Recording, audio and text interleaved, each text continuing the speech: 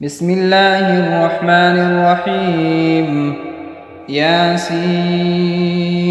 والقرآن الحكيم إنك لمن المرسلين على صراط مستقيم تنزيل العزيز الرحيم لتنذر قوما ما أنذر آباؤهم فهم غافلون لقد حق القول على أكثرهم فهم لا يؤمنون إنا جعلنا في أعناقهم أغلالا فهي إلى الأذقان فهم مقمحون وجعلنا من بين أيديهم سدا ومن خلفهم سدا فأغشيناهم فهم لا يبصرون وسواء عليهم أأنذرتهم أم لم تنذرهم لا يؤمنون إنما تنذر من اتبع الذكر وخشي الرحمن بالغيب فبشره بمغفرة وأجر كريم إنا نحن نحيي الموتى ونكتب ما قدموا وآثارهم وكل شيء أحصيناه في إمام مبين واضرب لهم مثلا أصحاب القرية إذ جاءها المرسلون إذ أرسلنا إليهم اثنين فكذبوهما فعززنا بثالث فقالوا إنا إليكم مرسلون قالوا ما أنتم إلا بشر مثلنا وما أنزل الرحمن من شيء إن أنتم إلا تكذبون قالوا ربنا يعلم إنا إليكم لمرسلون وما علينا إلا البلاغ المبين قالوا إنا تطيرنا بكم لئن لم تنتهوا لنرجمنكم وليمسنكم منا عذاب أليم قالوا طائركم معكم أئن ذكرتم بل أنتم قوم مسرفون وجاء من أقصى المدينة رجل يسعى قال يا قوم اتبعوا المرسلين اتبعوا من لا يسألكم أجرا وهم مهتدون وما لي لا أعبد الذي فطرني وإليه ترجعون أأتخذ من دونه آلهة إن يردني الرحمن بضر لا تغن عني شفاعتهم شيئا ولا ينقذون إني إذا لفي ضلال مبين إني آمنت بربكم فاسمعون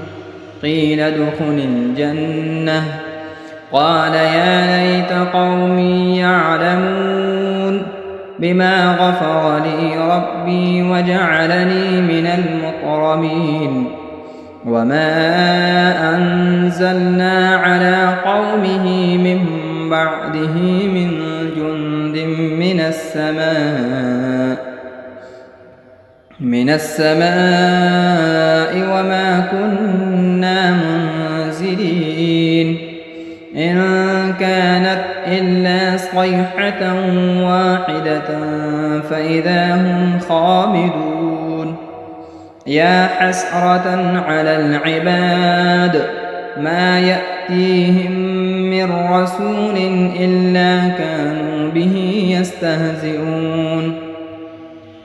ألم يروا كم أهلكنا قبلهم من القرون أنهم إليهم لا يرجعون وإن كل لما جميع لدينا محضرون وآية لهم الأرض الميتة أحييناها وأخرجنا منها حبا فمنه يأكلون وجعلنا فيها جنات من نخيل وأعناب وفجرنا فيها من العيون ليأكلوا من ثمره وما عملته أيديهم أفلا يشكرون سبحان الذي خلق الأزواج كلها مما تنبت الأرض ومن أنفسهم ومما لا يعلمون وآية لهم الليل نسلخ منه النهار فإذا هم مظلمون والشمس تجري لمستقر لها ذلك تقدير العزيز العليم والقمر قدرناه منازل حتى عاد كالعرجون القديم لا الشمس ينبغي لها أن تدرك القمر ولا الليل سابق النهار وكل في فلك يسبحون وآية لهم أنا حملنا ذريتهم في الفلك المشحون وخلقنا لهم من مثله ما يركبون وإن نشأ نغرقهم فلا صريخ لهم ولا هم ينقذون إلا رحمة منا ومتاعا إلى حين وإذا قيل لهم اتقوا ما بين أيديكم وما خلفكم لعلكم ترحمون وما تأتيهم من آية من آيات ربهم إلا كانوا عنها معرضين وإذا قيل لهم أنفقوا مما رزقكم الله قال الذين كفروا للذين آمنوا أنطعم من لو يشاء الله أطعمه إن أنتم إلا في ضلال مبين ويقولون متى هذا الوعد إن كنتم صادقين ما ينظرون إلا صيحة واحدة تأخذهم وهم يخصمون فلا يستطيعون توصية ولا إلى أهلهم يرجعون ونفخ في الصور فإذا هم من الأجداث إلى ربهم ينسلون قالوا يا ويلنا من بعثنا من مرقدنا هذا ما وعد الرحمن وصدق المرسلون إن كانت إلا صيحة واحدة فإذا هم جميع لدينا محضرون فاليوم لا تظلم نفس شيئا ولا تجزون إلا ما كنتم تعملون إن أصحاب الجنة اليوم في شغل فاكهون هم وأزواجهم في ظلال على الأرائك متكئون لهم فيها فاكهة ولهم ما يدعون سلام قولا من رب رحيم وامتازوا اليوم أيها المجرمون ألم أعهد إليكم يا بني آدم ألا تعبدوا الشيطان إنه لكم عدو مبين وأن اعبدوني هذا صراط مستقيم ولقد أضل منكم جبلا كثيرا أفلم تكونوا تعقلون هذه جهنم التي كنتم توعدون اصلوها اليوم بما كنتم تكفرون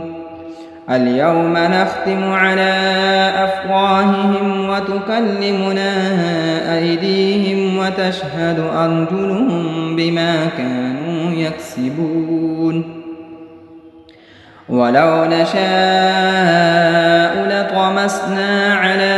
أعينهم فاستبقوا الصراط فأنى يبصرون ولو نشاء لمسخناهم على مكانتهم فما استطاعوا مضيا ولا يرجعون ومن نعمره ننكسه في الخلق أفلا يعقلون وما علمناه الشعر وما ينبغي له إن هو إلا ذكر وقرآن مبين لينذر من كان حيا ويحق القول على الكافرين أولم يروا أنا خلقنا لهم مما عملت أيدينا أنعاما فهم لها مالكون وذللناها لهم فمنها ركوبهم ومنها يأكلون ولهم فيها منافع ومشارب أفلا يشكرون واتخذوا من دون الله آلهة لعلهم ينصرون لا يستطيعون نصرهم وهم لهم جند محضرون فلا يحزنك قولهم إنا نعلم ما يسرون وما يعلنون أولم ير الإنسان أنا خلقناه من نطفة فإذا هو خصيم مبين وضرب لنا مثلا ونسي خلقه قال من يحيي العظام وهي رميم قل يحييها الذي أنشأها أول مرة وهو بكل خلق عليم الذي جعل لكم من الشجر الأخضر نارا فإذا أنتم منه توقدون أوليس الذي خلق السماوات والأرض بقادر على أن يخلق مثلهم بلى وهو الخلاق العليم إنما أمره إذا أراد شيئا أن يقول له كن فيكون فسبحان الذي بيده ملكوت كل شيء وإليه ترجعون بسم الله الرحمن الرحيم الرحمن علم القرآن خلق الإنسان علمه البيان الشمس والقمر بحسبان والنجم والشجر يسجدان والسماء رفعها ووضع الميزان ألا تطغوا في الميزان وأقيموا الوزن بالقسط ولا تخسروا الميزان والأرض وضعها للأنام فيها فاكهة والنخل ذات الأكمام والحب ذو العصف والريحان فبأي آلاء ربكما تكذبان خلق الإنسان من صلصال كالفخار وخلق الجان من مارج من نار فبأي آلاء ربكما تكذبان رب المشرقين ورب المغربين فبأي آلاء ربكما تكذبان مرج البحرين يلتقيان بينهما برزخ لا يبغيان فبأي آلاء ربكما تكذبان يخرج منهما اللؤلؤ والمرجان فبأي آلاء ربكما تكذبان وله الجوار المنشآت في البحر كالأعلام فبأي آلاء ربكما تكذبان كل من عليها فان ويبقى وجه ربك ذو الجلال والإكرام فبأي آلاء ربكما تكذبان يسأله من في السماوات والأرض كل يوم هو في شأن فبأي آلاء ربكما تكذبان سنفرغ لكم أيها الثقلان فبأي آلاء ربكما تكذبان يا معشر الجن والإنس إن استطعتم أن تنفذوا من أقطار السماوات والأرض فانفذوا لا تنفذون إلا بسلطان فبأي آلاء ربكما تكذبان يرسل عليكما شؤاد من نار ونحاس فلا تنتصران فبأي آلاء ربكما تكذبان فإذا انشقت السماء فكانت وردة كالدهان فبأي آلاء ربكما تكذبان فيومئذ لا يسأل عن ذنبه إنس ولا جان فبأي آلاء ربكما تكذبان يعرف المجرمون بسيماهم فيؤخذ بالنواصي والأقدام فبأي آلاء ربكما تكذبان هذه جهنم التي يكذب بها المجرمون يطوفون بينها وبين حميم آن فبأي آلاء ربكما تكذبان ولمن خاف مقام ربه جنتان فبأي آلاء ربكما تكذبان ذواتا أفنان فبأي آلاء ربكما تكذبان فيهما عينان تجريان فبأي آلاء ربكما تكذبان فيهما من كل فاكهة زوجان فبأي آلاء ربكما تكذبان متكئين على فرش بطائنها من استبرق وجنى الجنتين دان فبأي آلاء ربكما تكذبان فيهن قاصرات الطرف لم يطمثهن إنس قبلهم ولا جان فبأي آلاء ربكما تكذبان كأنهن الياقوت والمرجان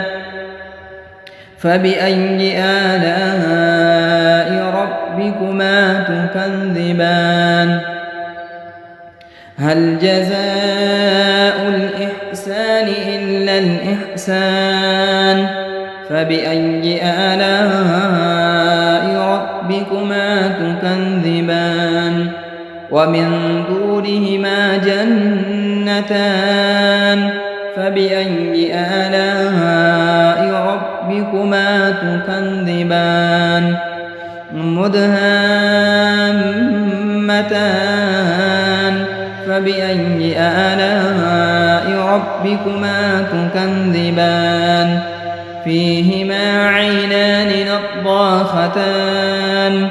فبأي آلاء ربكما تكذبان فيهما فاكهة ونخل ورمان فبأي آلاء ربكما تكذبان فيهن خيرات حسان فبأي آلاء ربكما تكذبان حور مقصورات في الخيام فبأي آلاء ربكما تكذبان لم يطمثهن إنس قبلهم ولا جان فبأي آلاء ربكما تكذبان متكئين على رفرف خضر وعبقري حسان فبأي آلاء ربكما تكذبان تبارك اسم ربك ذي الجلال والإكرام بسم الله الرحمن الرحيم إذا وقعت الواقعة ليس لوقعتها كاذبة خافضة رافعة إذا رجت الأرض رجا وبست الجبال بسا فكانت هباء منبثا وكنتم أزواجا ثلاثا فأصحاب الميمنة ما أصحاب الميمنة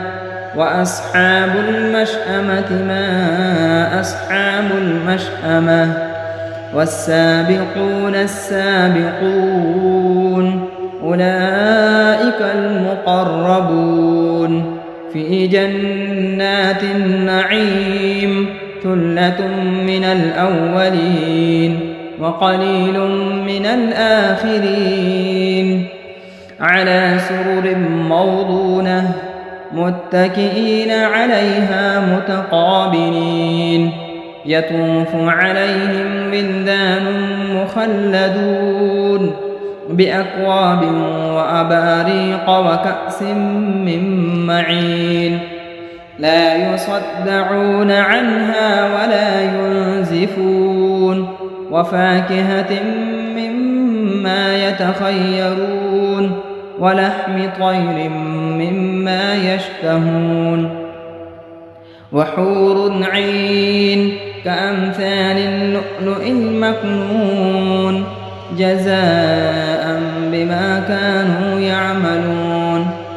لا يسمعون فيها لغوا ولا تأثيما إلا قيلا سلاما سلاما. وأصحاب اليمين ما أصحاب اليمين في سدر مخضود وطلح منضود وظل ممدود وماء مسكوب وفاكهة كثيرة لا مقطوعة ولا ممنوعة وفرش مرفوعة إنا أنشأناهن إنشاء فجعلناهن أبكارا عربا أترابا لأصحاب اليمين ثلة من الأولين وثلة من الآخرين. وأصحاب الشمال ما أصحاب الشمال في سموم وحميم وظل من يحموم لا بارد ولا كريم إنهم كانوا قبل ذلك مترفين وكانوا يصرون على الحنث العظيم وكانوا يقولون أئذا متنا وكنا ترابا وعظاما أئنا لمبعوثون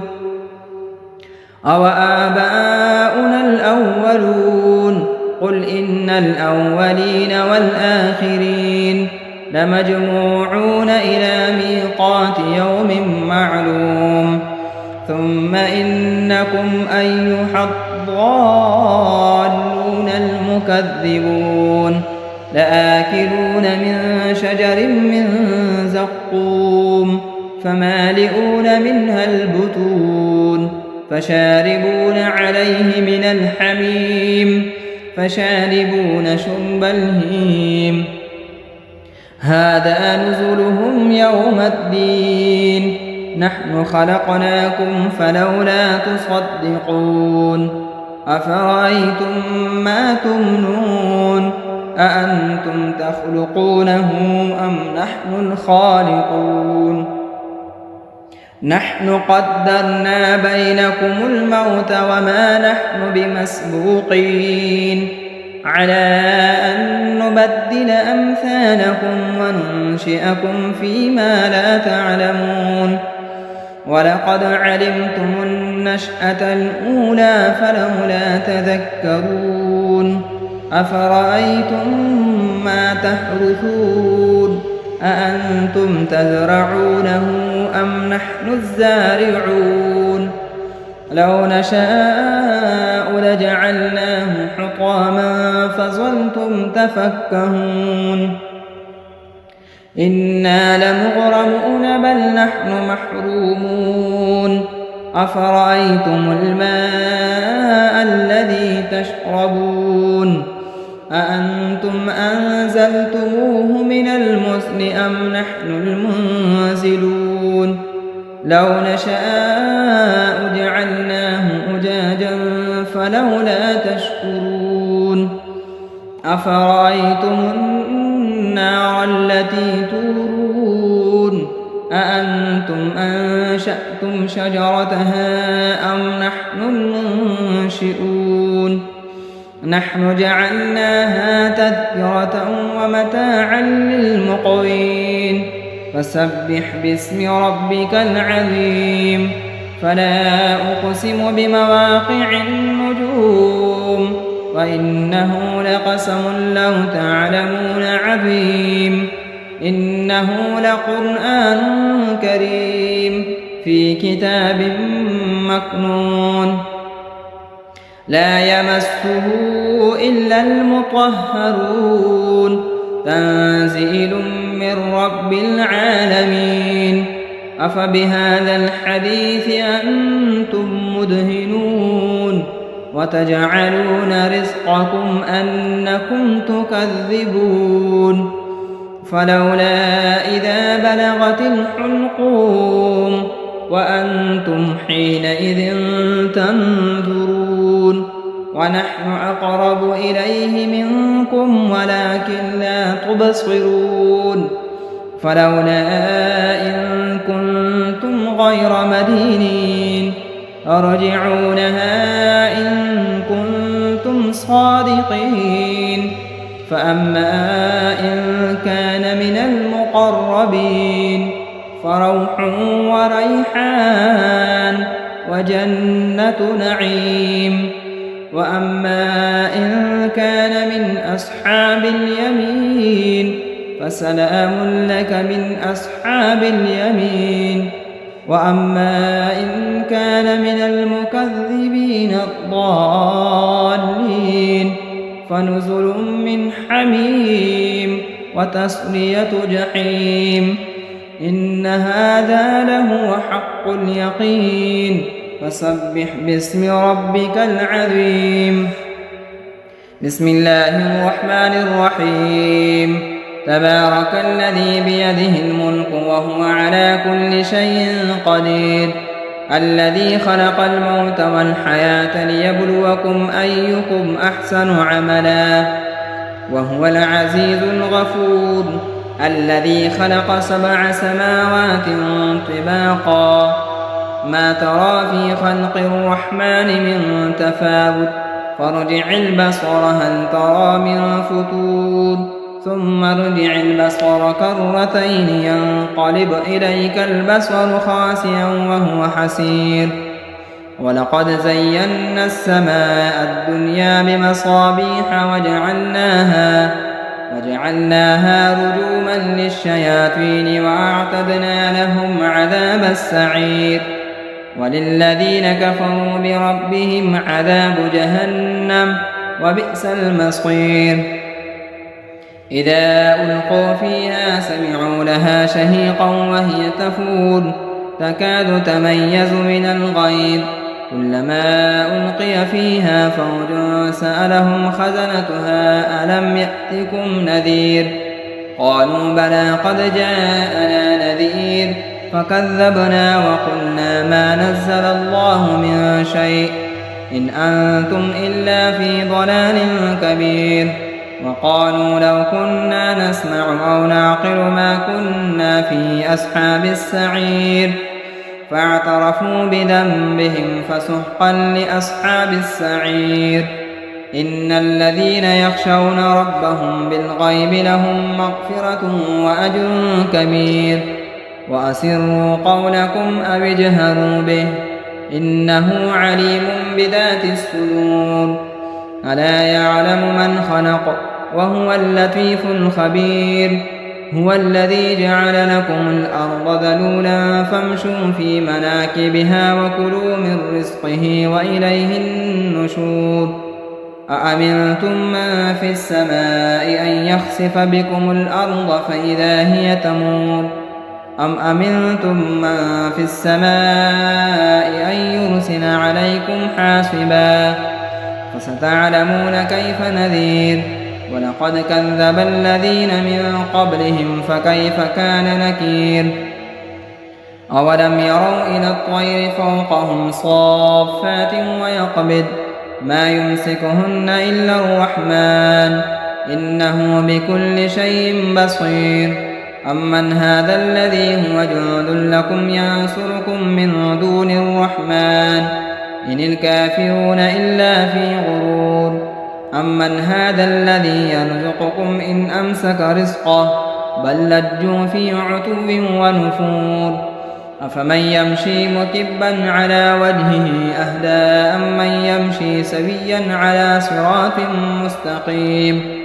قل هو الذي أنشأكم وجعل لكم السمع والأبصار والأفئدة قليلا ما تشكرون قل هو الذي ذرأكم في الأرض وإليه تحشرون ويقولون متى هذا الوعد إن كنتم صادقين قل إنما العلم عند الله